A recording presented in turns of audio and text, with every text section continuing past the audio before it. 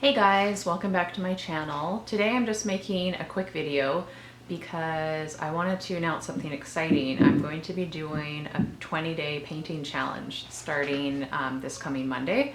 And I wanted to let you know, so you could check it out on my Instagram. You can find me at Laura Ashton Artist.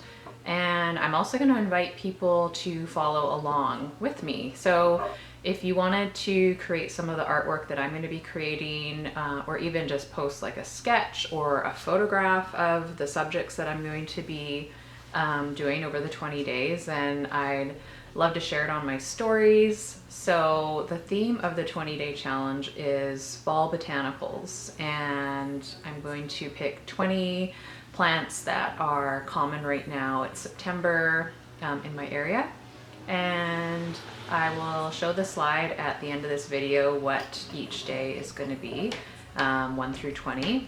So if you wanted to follow along on those days with me, or whenever you can post it, I would love to see what you create as well. So if you want to join in on the 20-day challenge with me, just post your work on your Instagram and tag me at Laura Ashton Artist, and you can also use the hashtag 20-day painting challenge.